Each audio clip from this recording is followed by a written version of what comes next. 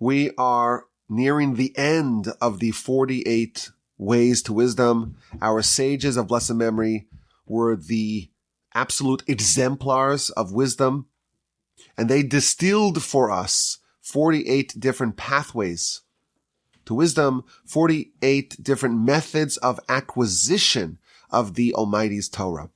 Our nation, we have an outlandish claim.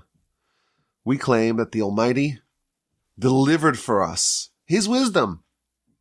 And that's just an incredible thing, an incredible gift. It's the greatest gift ever conveyed in all of history.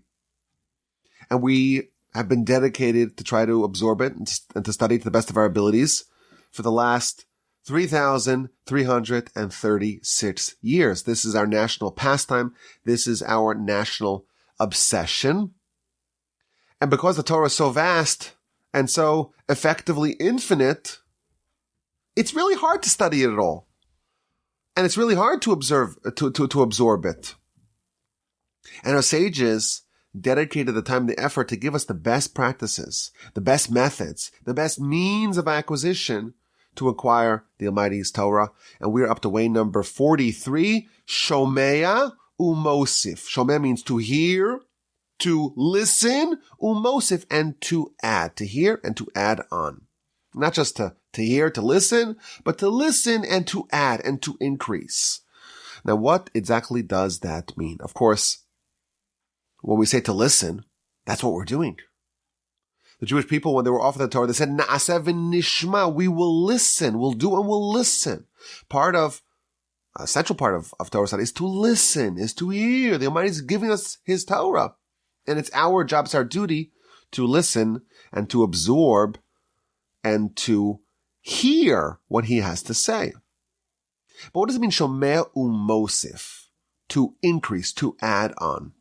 And of course, the commentators, as they always do, they give us a panoply of different interpretations. And these, of course, are not mutually exclusive. These are all elements of what the sages meant when they said Shomea Umosif.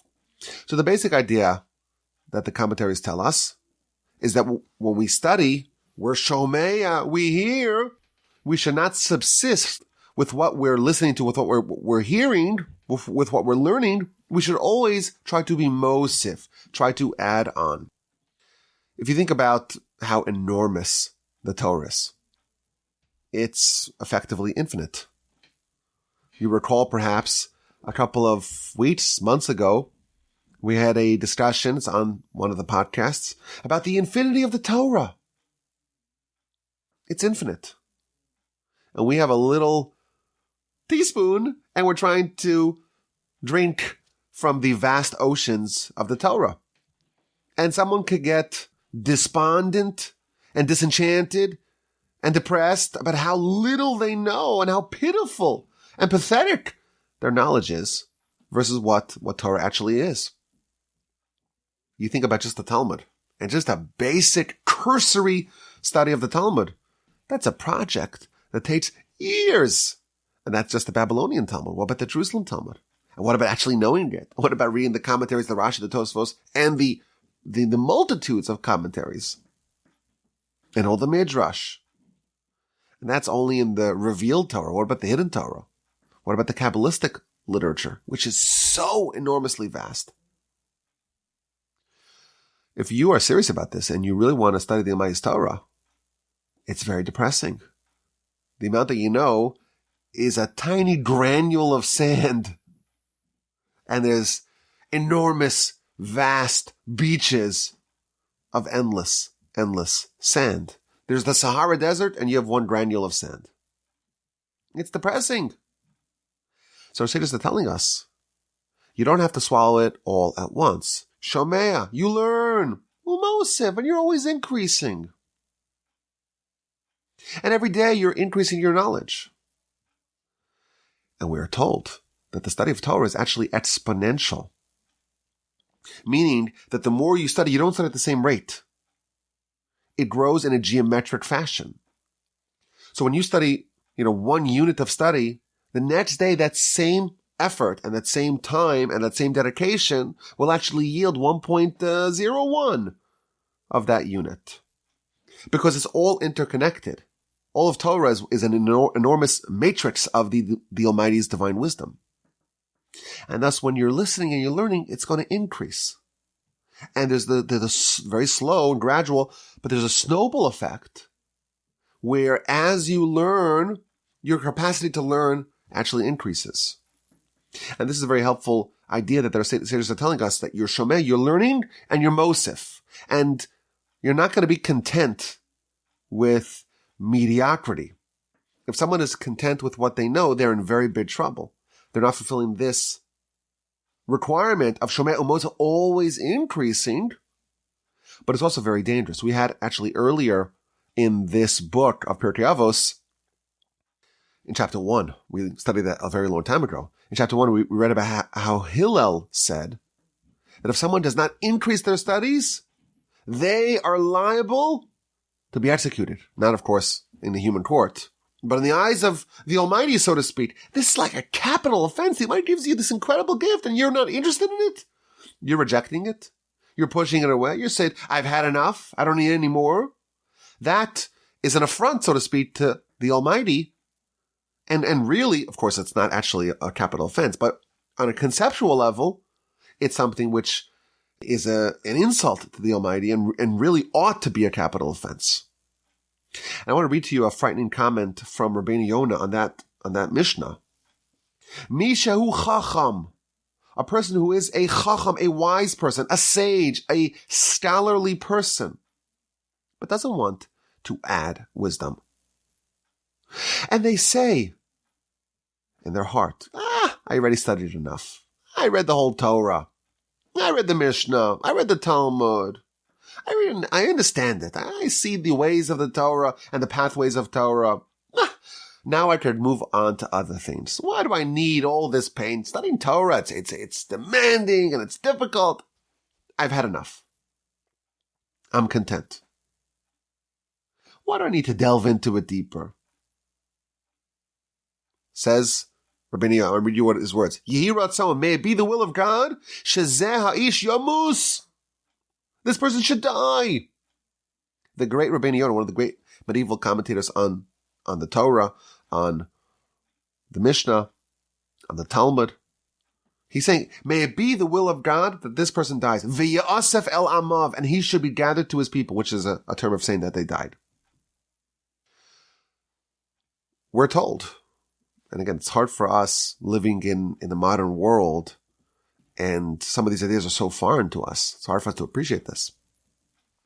But if you read what the Almighty is telling us, and you read what our sources say, the reason why we're here, why did the Almighty create us? Why did He give us life?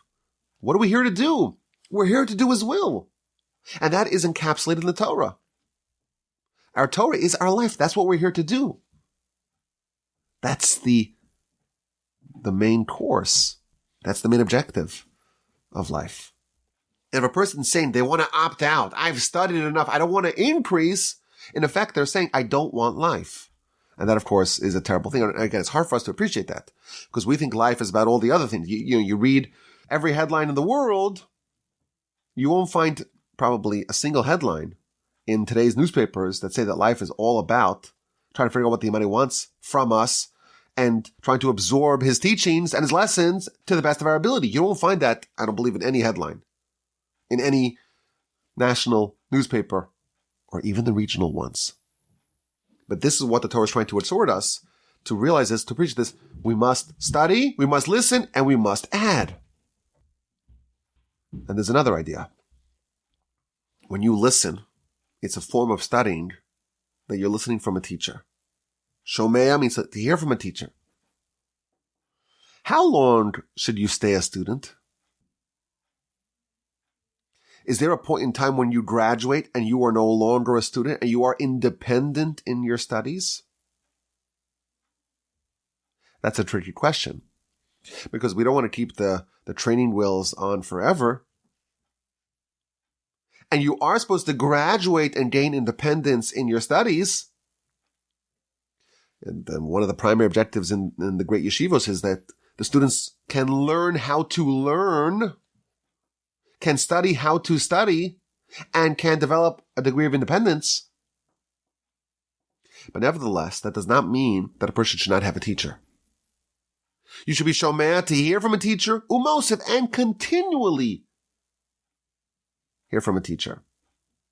My grandfather, blessed memory, he made it a practice to always have a teacher. To always have a teacher. And in 1936, when the great Rebbe Yerucham Levovitz passed away, suddenly, at a young age, my grandfather migrated to a different teacher. And when he passed away, he found a different teacher. And when he passed away, he found a different teacher.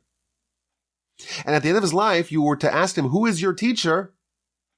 He would point to a great rabbi who was 20 years his junior.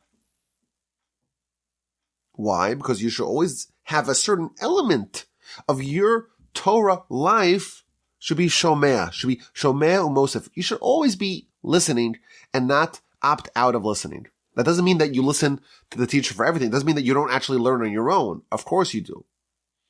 But we must maintain some relationship with a teacher. And there's a risk. There's always a risk. And there's a great danger. And that is when Torah becomes stale. When someone says, I've heard enough, I've listened enough, I've absorbed enough, and now it's just plain the oldies. And it's a rerun. And there's a lack of novelty. One of our primary goals in our studies is to find a way to make the Torah new and novel and fresh. In many places in the Talmud, it's brought down to many places in Rashi, in his commentary to the Torah, we've dedicated over the years, out of the 1,500 plus episodes that I've recorded, I think one or two to this point. There's an imperative for novelty in Torah. Every day must be a recreation of Sinai. B'chol yom, every day, yihiyu beinecha kechadashim. You should view the words of Torah as being new and novel, as if this is the first time that you studied it. It shouldn't be like some sort of ancient, archaic, obsolete, boring teaching. That's very dangerous. And if you ever have the privilege of visiting any one of the great yeshivos, you'll see that there's a degree of dynamism that is unmatched by any form of study, by any education institution. There's nothing that rivals it. There's a ferocity and intensity of study, and no one would ever imagine if you just were dropped in. If the alien was dropped in, parachuted into one of the great yeshivos, you would think that there's something so fresh and so new that's being debated. And you say, well, actually, the books that they're opening, the books of the Talmud are 1,500 years old. And that's referencing the Mishnah, which is 1,800 years old. And that's referencing the written Torah, which is 3,300 plus years old. Torah has the capacity to always retain a degree of freshness. We have many mitzvos that are a remembrance for the Exodus. Zecher lietzias Mitzrayim. A remembrance for the Exodus. But after the Exodus, 50 days later, there was the Sinai revelation. And we have exactly 0 mitzvos that are a zecher l'matan Torah, a remembrance for the revelation at Sinai. And the reason is because Sinai was not a one-time event. Sinai is an ongoing event. And the great sages, when they would study, all the trappings of Sinai would be recreated. When the great Yonasan ben Uzziel would study Torah, any bird that would fly overhead would be engulfed in fire. Why? Because at Sinai there was fire.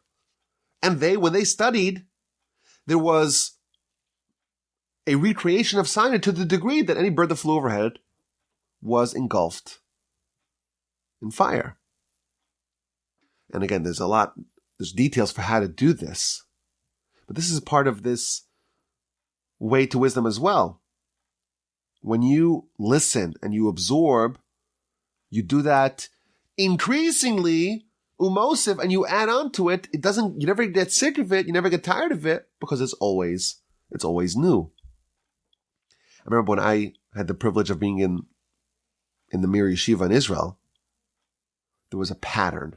It's a pattern that applies almost across the board.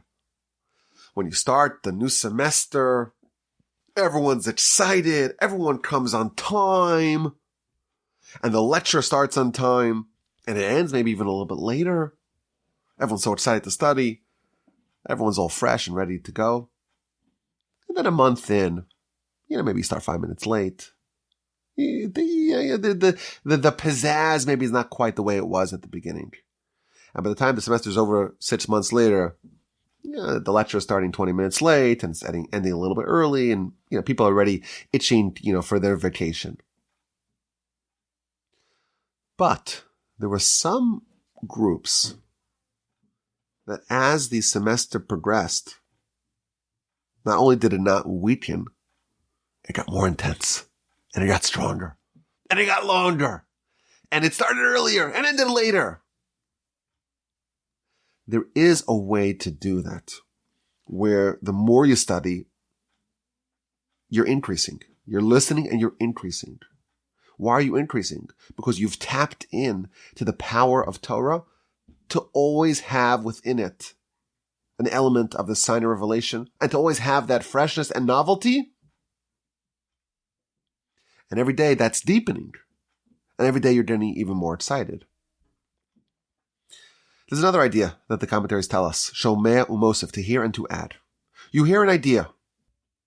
You hear an interpretation. You hear an angle. You hear a perspective on a given subject.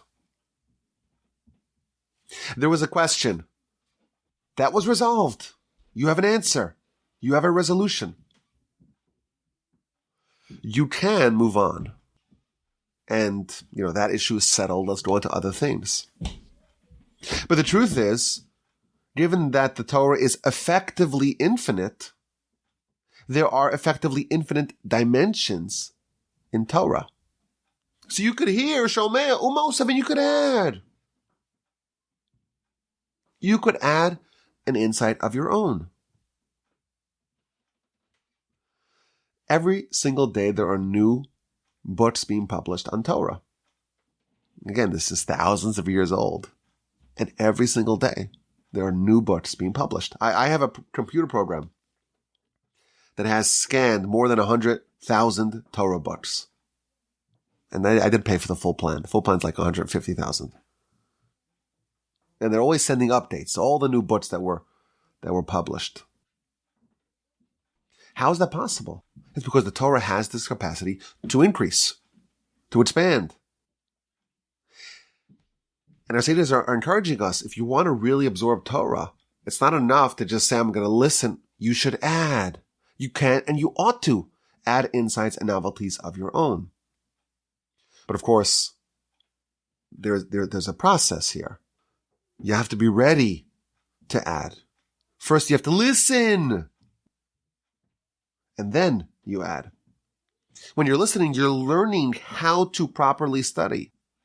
You're learning from a great teacher the system, the method, the methodology, the mechanics of how to develop an idea, and to make sure that it's tight and that it's sharp and it's consistent with the rest of the Torah. Once you have that system, then it's okay for you to kind of go on your own and to go add. The classic example of this is the great Rabbi Eliezer. Rabbi Eliezer was the student of Rabbi Yochanan ben Zakkai, one of the teachers of Rabbi Akiva, and we find two apparently contradictory statements about Rabbi Eliezer. The Talmud in the book of Sukkah on page 28a tells us that Rabbi Eliezer testified upon himself, in my entire life, I never taught something that I did not previously hear from my teacher. I had teachers, and I studied from them, and that's what I taught forth. If you just had this teaching, the statement, you would say that, well, he never taught anything new because everything he said, he was like a funnel for his teacher. Again, Talmud, Sukkah 28a. However, in other sources, in the Avos to Rab Nassan, which is again a Mishnaic era teaching, we read, this is in chapter 6, that when Rabbi Eliezer, the aforementioned Rabbi Eliezer, when he would lecture, he would say, quote, themes, ideas, teachings that no ear had ever heard previously. Completely novel, completely fresh ideas. So on one hand, we're told everything he taught from his teacher. And then we're told that he taught new things that were never previously experienced or heard before. Those seem to be irreconcilably at odds with each other, but the truth is they're both true. He never taught something that his teacher didn't say. And he taught new things that no one ever heard before. And they're both true. Why? Because his way of studying, he would listen and he would add. And he listened with such intensity that he was not only able to hear what his teacher said on a given matter, he was able to absorb the system, the method, the way of understanding, the methodology of his teacher. It was an active listening, not only to understand what he's saying on this matter, but understand how he's saying it and the system in which he says it. And then he would use that system to apply it in other fields and other dimensions and other areas.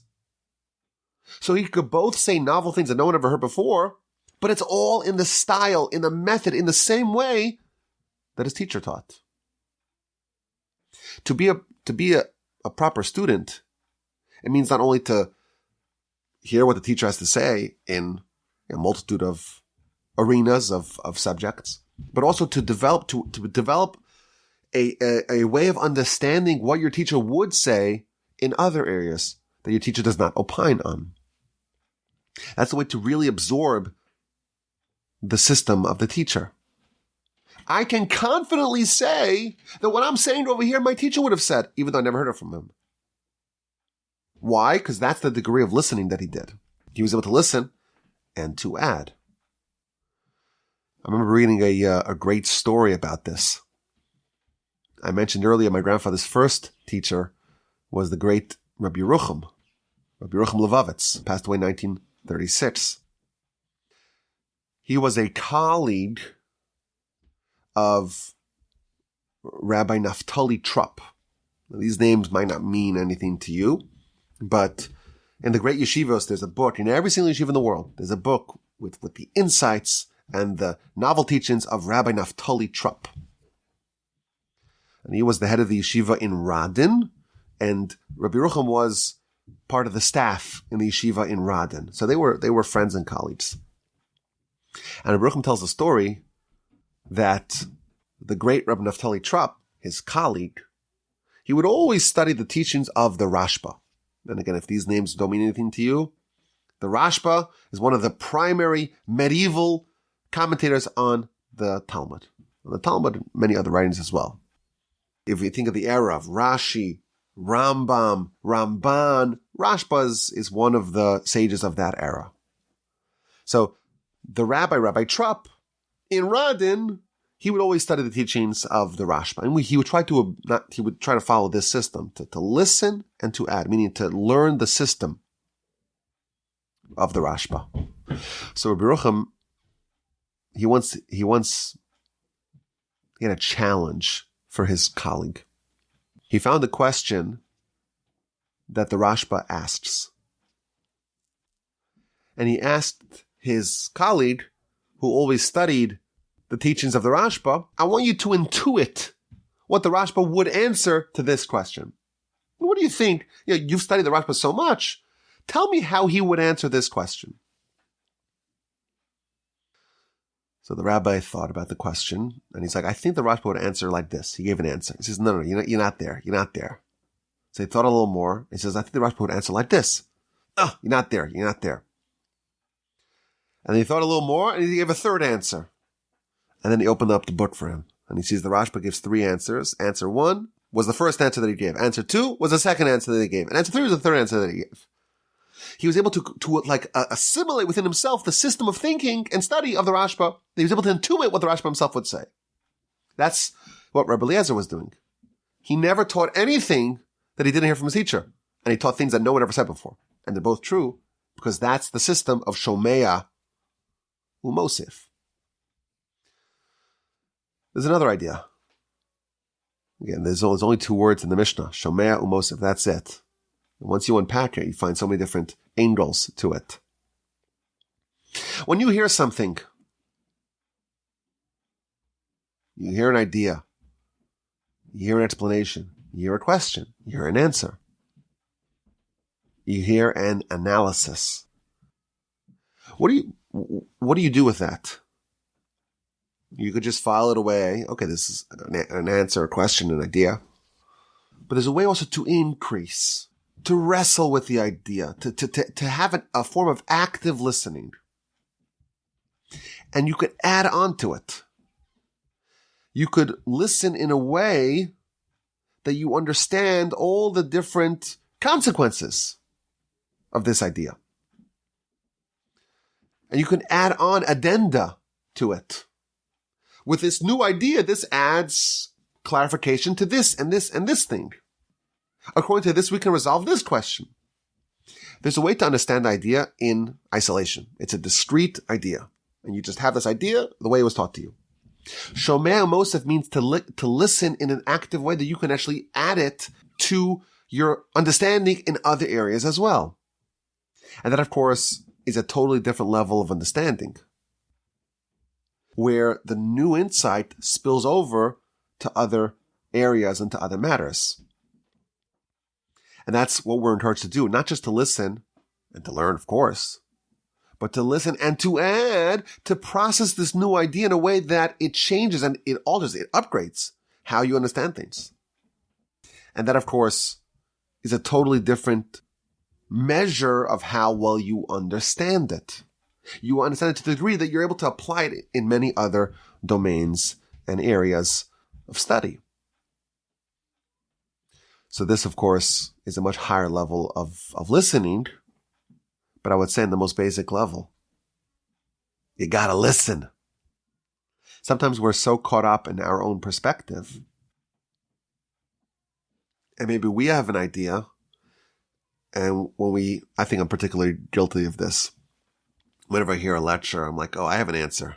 And I'm so caught up with my own answer that it's hard for me to actually listen to what someone else has to say. So all this is predicated upon actually hearing what someone else has to say. And that, I think, is a bit easier said than done. We get so married to our ideas and to our perspectives to actually listen to someone else's idea, and it may destabilize, it may threaten our way of understanding. That's something that we may be resistant to do.